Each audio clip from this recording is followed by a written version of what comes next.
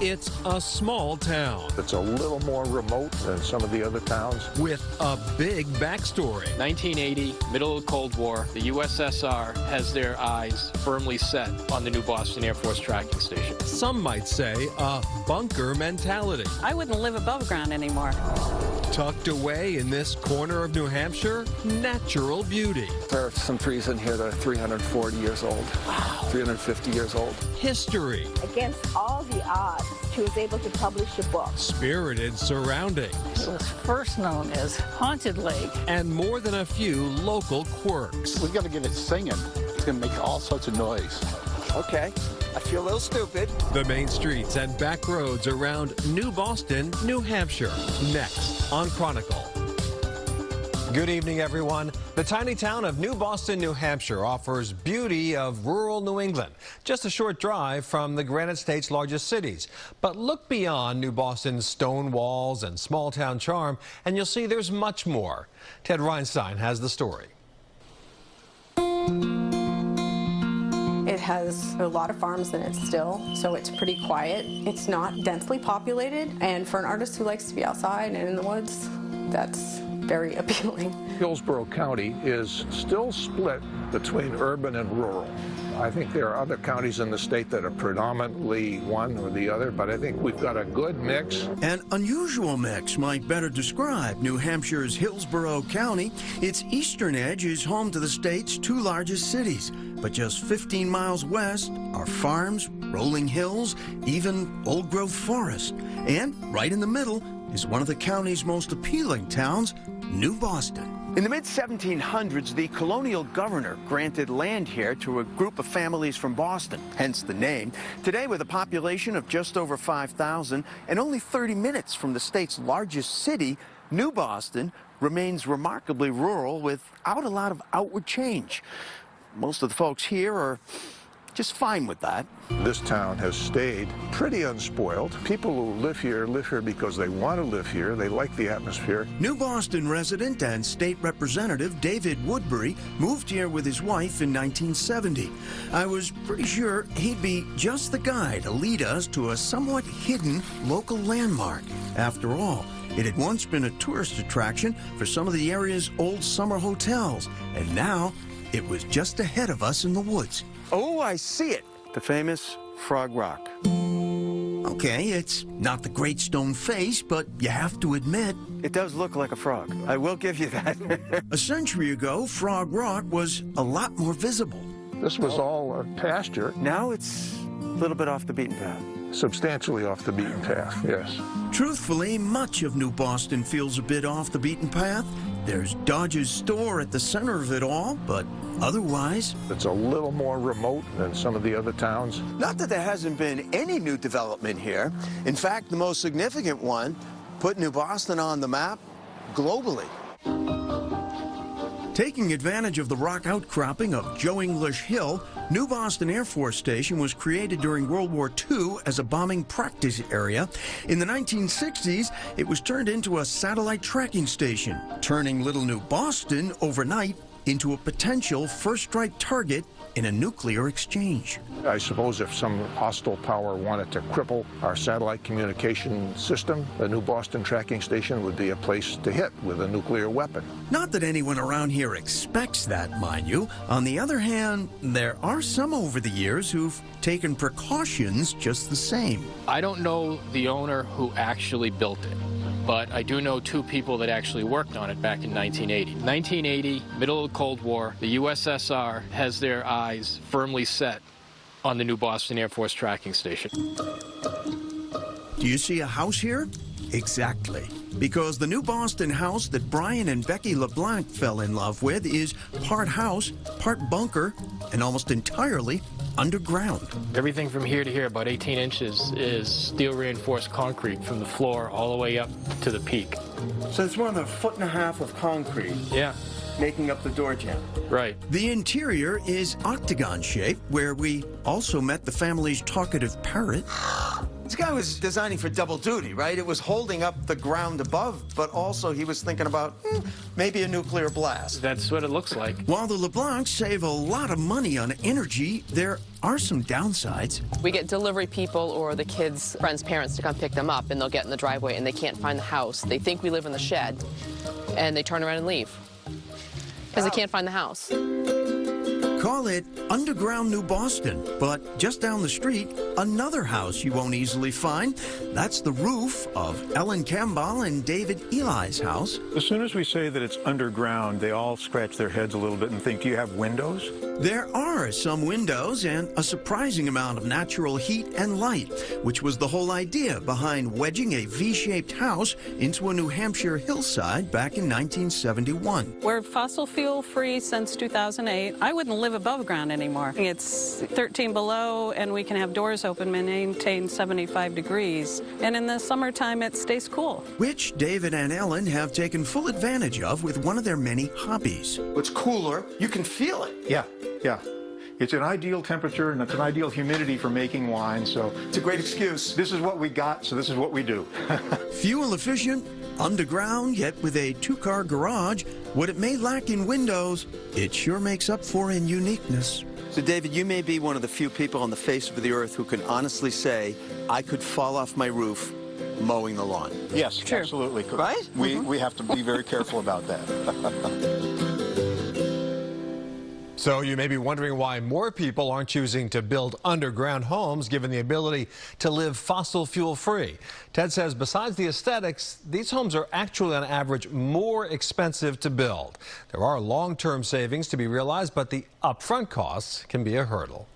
Coming up, Ted finds two of his favorite things, a rail trail and, of course, a diner.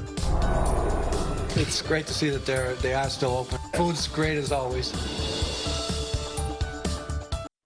Down the road a bit from New Boston is the town of Peterborough and its classic diner. Ted checked in to find out what it takes for a 1950s-era diner to adapt in 2020.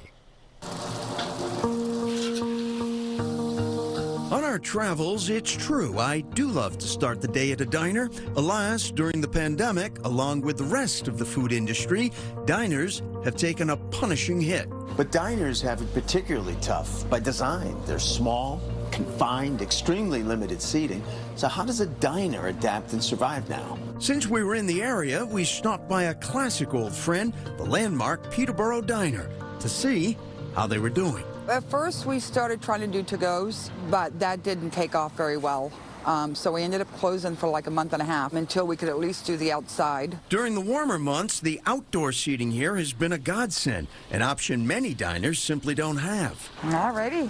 Thank you. Inside, they've made safety changes, a new, easier-to-clean vinyl floor, back-to-back family seating in booths, now divided by plexiglass, and at my favorite spot in a diner, the counter, well... Partly a thing of the past, huh? Right. So no sitting with the plastic, and then you just have two together at big intervals. You got to be friendly with the... Oh, yes, you have to be family. On the plus side, it's open here. The coffee's pouring again, and there's cozy comfort and all of that, even if things are a bit different inside. It's kind of sad to see the masks and the covered stools and, you know, the limited booths, but it's great to see that they are still open. They are doing open. business, yeah. And the food's great as always. And like everywhere else these days, they are just trying to go on here. You're hanging in. We are hanging in there.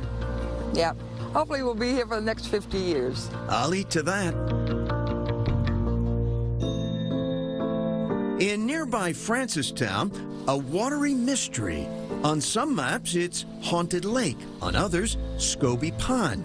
I'd hoped a brief stop might clarify the matter. It was first known as Haunted Lake. The trees all around here, as the legend goes, they all burned down and then there were just stumps. So it was spooky. Spooky, yes. It wasn't just the trees. Priscilla Martin of the Francistown Historical Association also filled us in on the suspected murder way back when, as well as the trapper killed by a mountain lion. So we know the lake has a body count of at least 2. Well, we don't know whether they're both true or not. One body has been found. So there's that. I would say that now people know it was called Haunted Lake, but forever, through my childhood and long before, it's always been called Scobie, and that's how people have known it.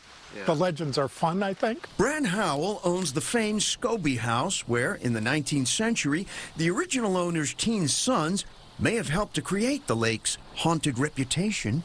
So, Brad, this is the area where the ne'er-do-well Scobie teen boys would cause a little trouble? Yeah, the best I can tell, this and across the road, so there's kind of a wetlands they could hide in and scare the heck out of people.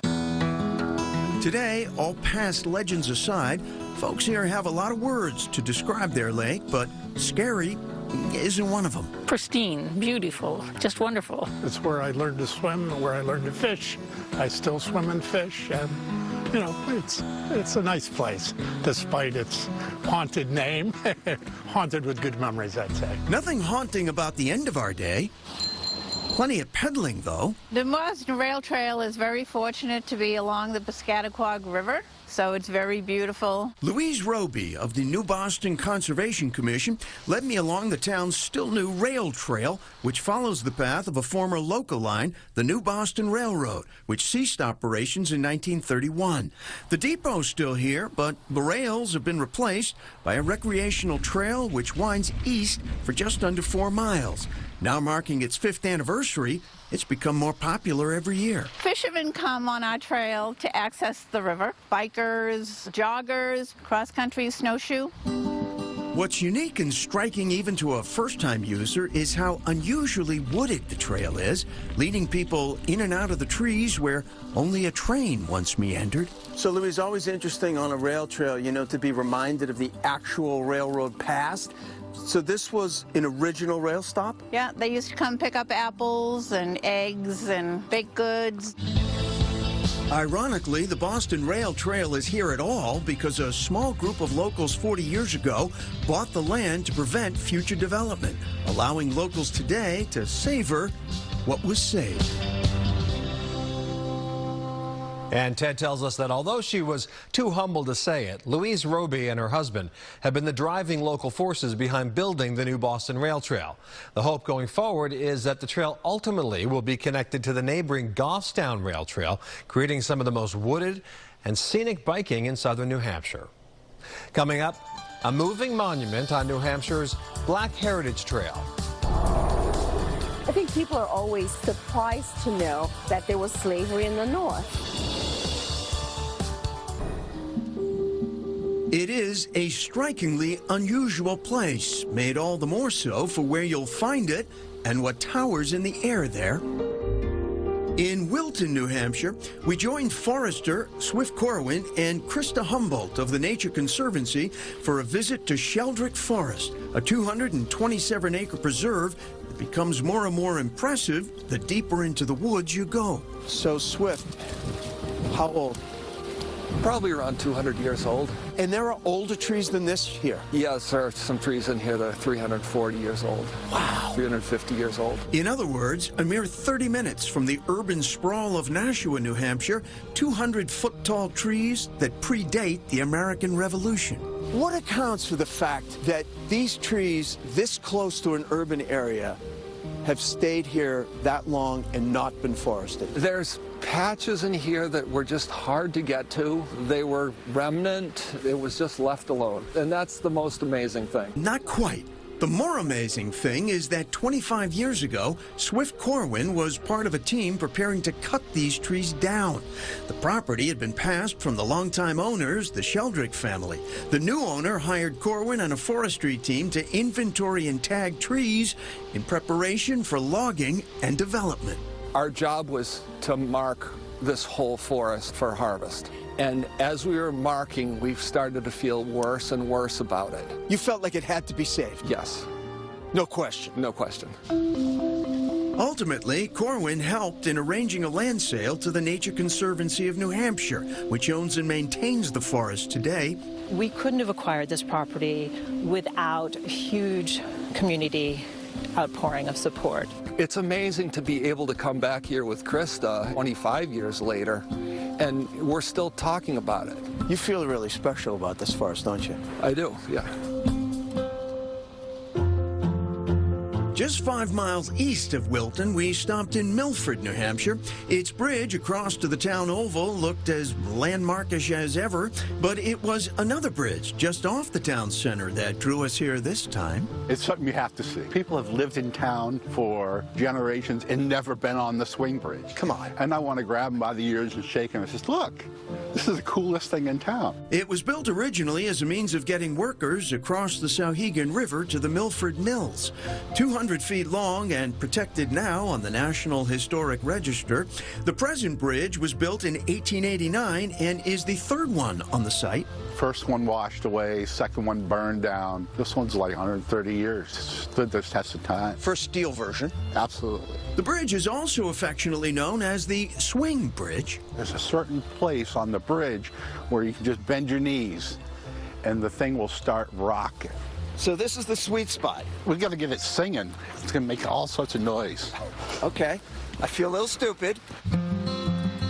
Truthfully, there is more hidden history here in Milford, New Hampshire. In fact, the trail of one of the town's most significant native daughters took us to none other than our new friend, Dave Palance's house, where her unlikely story begins. This was the home of David Hutchinson and his family, and they employed an indentured servant, a young girl who was half black, half white. They kept her here, they fed her, and they gave her a place to sleep. In exchange, she had to do all these chores. Unable to care for her, the young girl's parents left her literally on this Milford doorstep. She grew up bright, brave, and highly literate.